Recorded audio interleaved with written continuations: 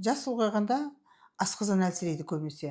Маған келетіндері гастрит аурулары жиі келеді өте. Себебі бұның аурудың, асқазан аурудың себебі жалпы тамақтануда. Себебі не дейтін болатын болсаңыз, дұрыс тамақтанбау және ащы майлы тамақ жеу. Ал енді бұны қалай сақтандырамыз гастриттен дейтін болсақ, мысалы асқазан ауруын сақтандырамыз дейтін болсақ, уақытылы тамақтану, ащы тамақ жемеу, өте тәтті де жемеу. Уақытылы тамақ, содан кейін өте көп тойып ішпеу керек. Дұрыс ұйқы, жаңағы жылы тамақ ішіп, аш болмау керек, дұрыс ұйықтау керек. Содан кейін жүйке жүйе тыныш болу керек. Жүйке жүйеңіз ауырса, мінекей асқазан ауруы содан пайда болады. Ал енді сіз осыларды үйде жасасаңыз, мысалы менің айтқаным жылы су ішу, жылылай тамақ ішу, аш болмау, әсіресе дұрыс ұйықтау. Егер ойық жара болып, язва болып бірдеңке жағдай болмаса, дәрінің тіптен керегі жоқ. Дұрыс тамақтану, көкөністі көп жеу. Тамақтың алдында салат жеп алыңыз, тамақтың артында салат жеп алыңыз. Бұл жерде айтады тағы да, қазір кісілер маған айтады. Бұрынғы ата бабаларымыз салат жемей ақ жүрді ғой дейді. Бұрынғы ата бабаларымыз бізде таза тамақ ішкен. Улы тамақ жоқ, қазіргідей барлығы жаңағы дәріменен піскен емес ол кезде. Көксек ол кезде жоқ. Қымыз, шұбат, сүт, айран, құрт, қатық, мінекей осыларды ішкен. Көрдіңіз бе? Бұрынғылар содан ауырмаған. О жерде бір қойдың етін түгел жесе де ауырмаған. Не өйткені тамақ таза. Бізде тамақ қазір таза емес. Тамақтан бөлек біздің миымыз да таза емес. Өйткені біз неше түрлі адамның токсин, қанында токсин бар. Мысалы біз анау көкөністі жейміз, қиярды, алманы, барлығын қазіргі қызық қой. Алмаларды да қазір дәрілемесең, сол бүрісіп қалады да түсе береді. Алмаламайсың. Оны дәрілеу керек. 3-4 рет дәрілеу керек.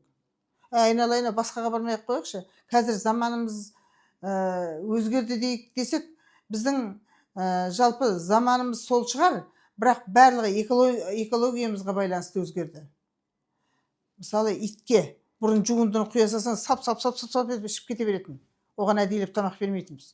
Қазір әдейілеп тамақ берсең, әдейілеп тамақ бермесең, ана жуындымызды ішпейді қазір иттерде. Мысықтар, бұрын мысыққа кім тамақ берген? Ана жерге сүт, нан бірдеңкені турап қоя салған бұрын. Мысықтар тышқан жеп ақ өмір сүрген. Қазір ондай мысық жоқ. Сол сияқты неге? Оның барлығы экология таза емес. Жануардың өзі біліп тұр, көрдіңіз бе? Жануардың өзі жаңағы таза тамақты жегісі келеді.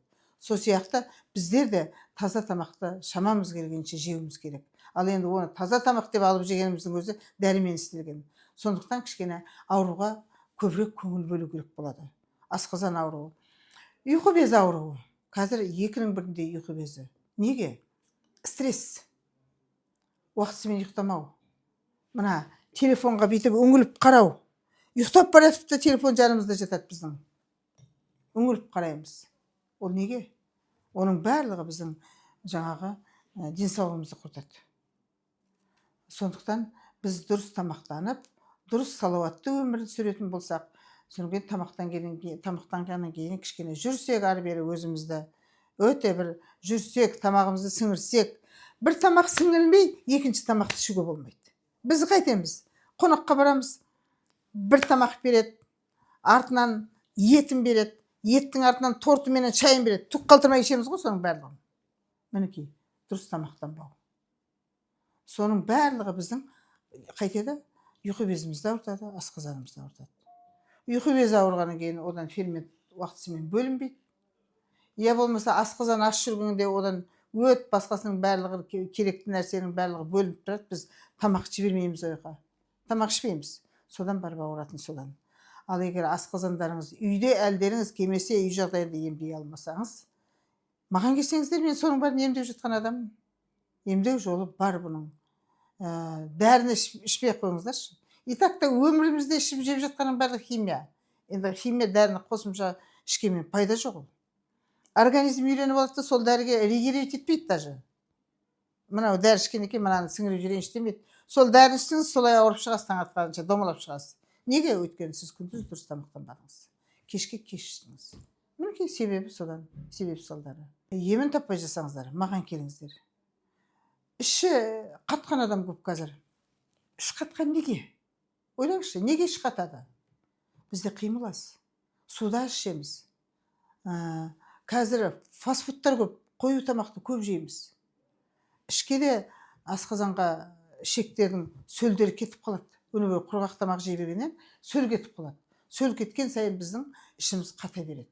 Сондықтан суды көп ішіп, көкөністі көп жеп, жаңағы дұрыс тамақтансақ, іш қатқаны болмайды ол. Рас кейбір кісілерде болады. Нервтен, жүйке жүйеден жаңағы іші жібермей тұрады. Үлкен дәретке отырғысы келіп тұрады. Менің алдыма талай адам келді. Отырғысы келіп тұрады, бірақ шықпайды. Ол жүйке жүйеден. Ол жүйке жүйені тыныштандырғанда ғана барып түзеледі. Сондықтан біздің мысалы үлкен кісілеріміз, бұрынғы өткен кісілеріміз бәрі мына күрішке ғой, ол кезде бір пиала дейміз ғой. Бір пиала шыжғырған кәдімгі малдың сармайы бар ғой, сиырдың сармайы шыжғырған. Соны ішіп алатын. Қазір не? Май жесем мен міне ағыма жақпайды, міне ағыма жақпайды, міне ағыма жақпайды. Түк те жақпайды емес жағады. Коронавирусте барлығы май жеп кетті ғой, түк те болған жоқ. Көрдіңіздер ме? Ол біздің жақпайды деп тұрған мына миымыз.